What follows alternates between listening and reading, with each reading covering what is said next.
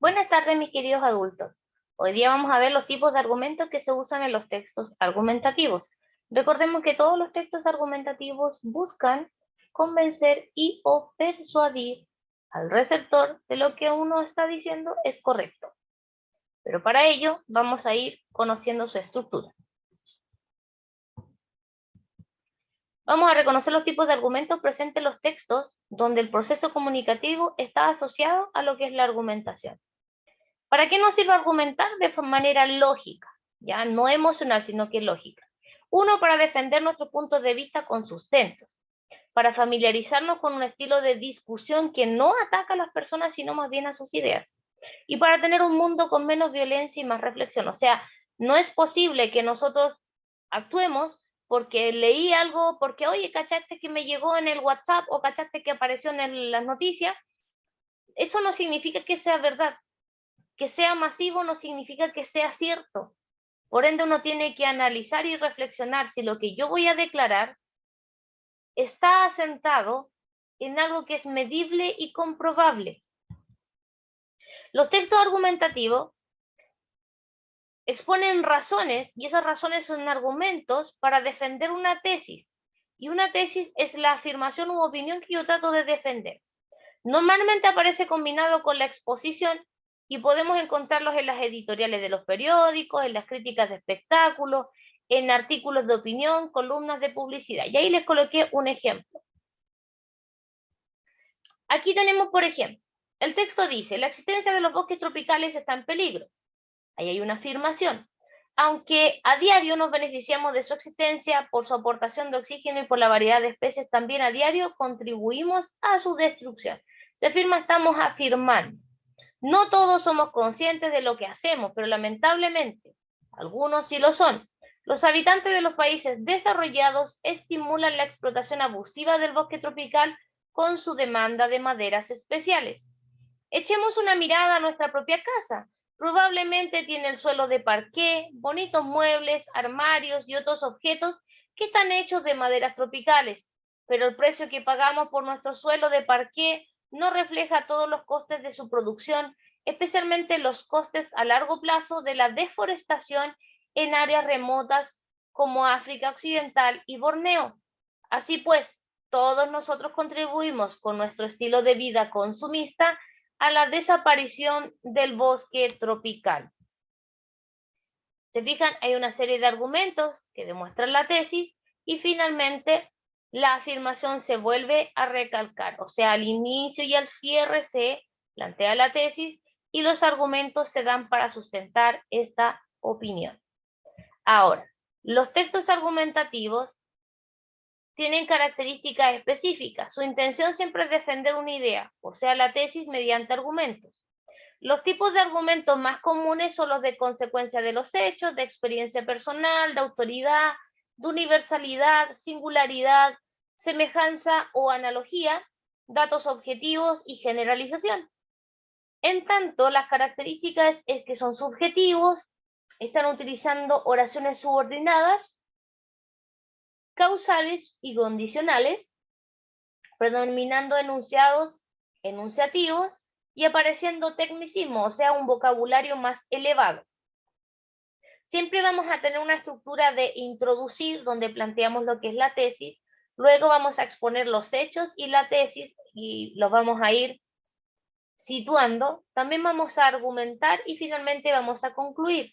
Y ahí tenemos formas de introducir y concluir, resumiendo, conectando con anécdotas, chistes, historias, experiencias personales, citando a algún autor o una circunstancia, interrogantes y comparación. Y existen dos modalidades por las cuales nosotros podemos encontrarnos frente a un texto argumentativo. La modalidad deductiva, donde tenemos una tesis y nombramos hechos y argumentos. Y también tenemos una inductiva, donde a partir de una serie de hechos que se conocen, termino lanzando una tesis. Y los textos argumentativos nosotros los podemos encontrar en los textos periodísticos, como los artículos, las editoriales, las columnas que se encuentran en los diarios periódicos, en los ensayos, en las reclamaciones, en los debates, en los discursos y en algunos elementos publicitarios, especialmente aquellos que están buscando campañas como para la adhesión de mayores personas. El primer argumento lógico racional es el argumento por analogía. Aquí se establece una semejanza entre dos conceptos, seres o cosas diferentes, y se deduce que lo que para uno es válido también va a ser válido para el otro.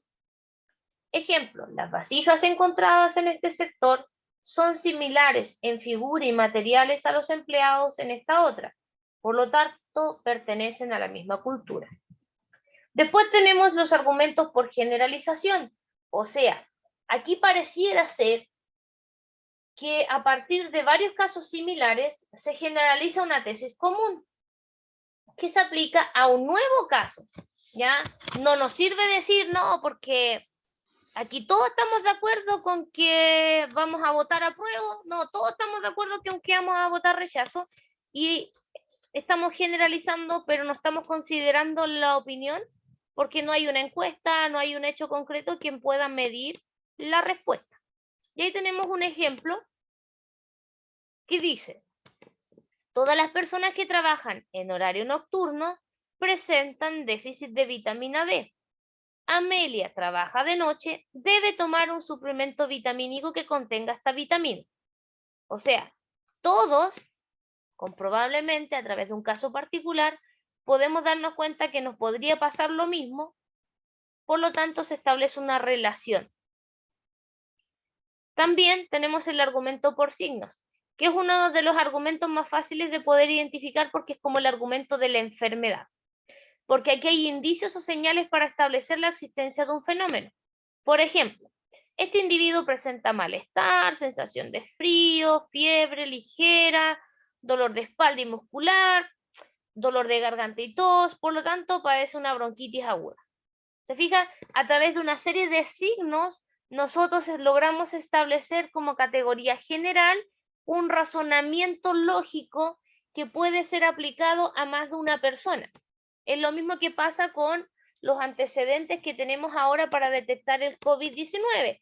Dolor al respirar, fatiga, muchas flemas, temperatura sobre 37 grados, dolor agudo en el cuerpo, mucha flemitis. Conclusión, está frente al COVID-19. ¿Se fijan? Son signos, por eso siempre yo he dicho que este es como uno de los argumentos más fáciles de identificar porque es el argumento de la enfermedad. También tenemos los argumentos lógicos racionales que son por causa y efecto.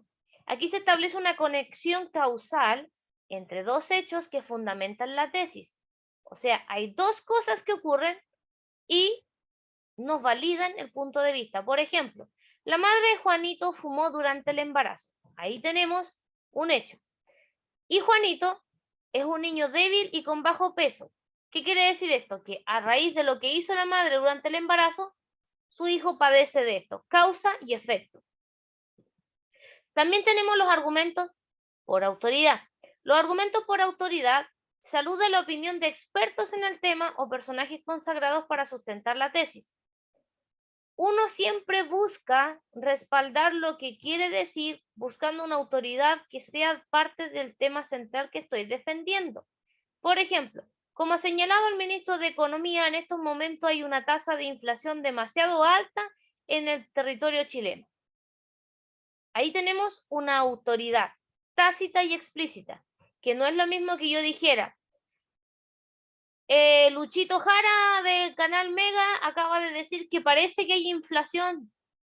Él no es una autoridad experta en el tema, por lo tanto, sería una falacia de falsa autoridad. Basados en datos y hechos. Hay argumentos lógicos racionales que hunden sus raíces en hechos significativos y a cifras específicas para defender la tesis.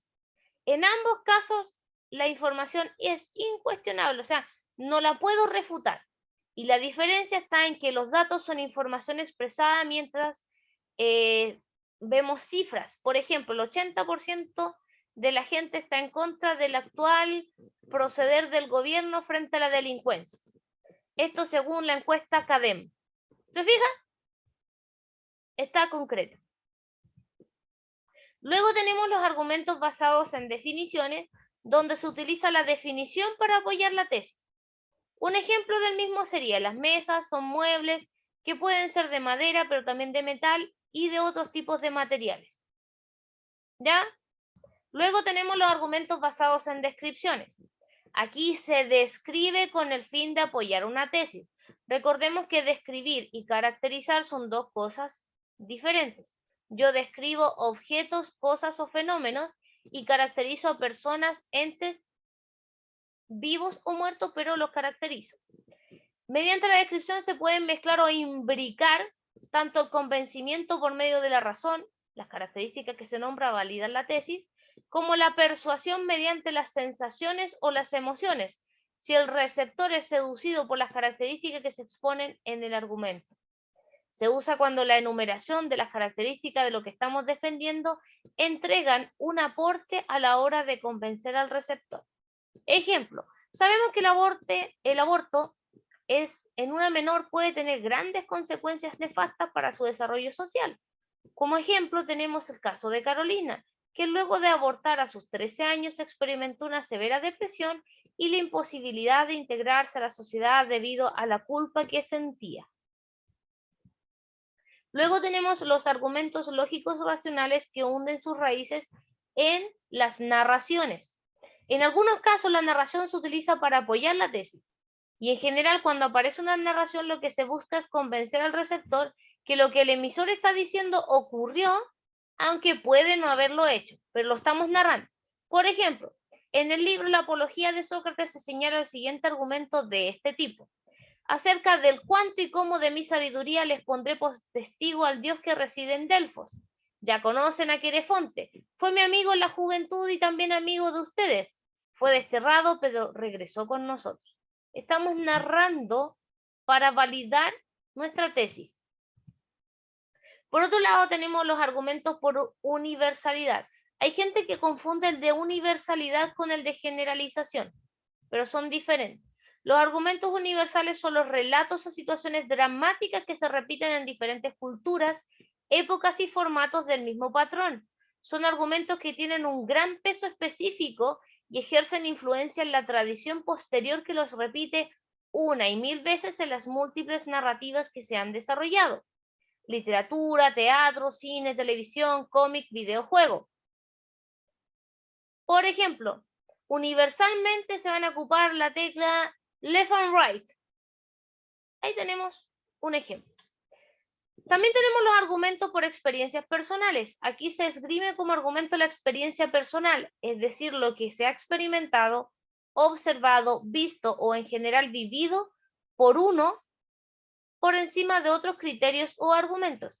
O sea, es válido cuando yo digo, bueno, el divorcio es malo para las familias porque daña psicológicamente a los menores, porque se les destruye la estructura social donde ellos se han criado.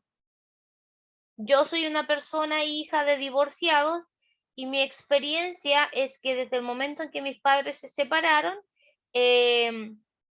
no lo he pasado bien. Me ha costado tener habilidades socioemocionales. Por otro lado, podemos tener gente que diga, mi experiencia personal, ya que soy divorciado, es que mis hijos, a pesar de que fue un proceso doloroso, ellos comprendieron que era más saludable para su salud mental y para el bienestar social de la familia estar separados los padres, para garantizar de esta forma el bienestar físico y psíquico de todas las partes. ¿Se fijan?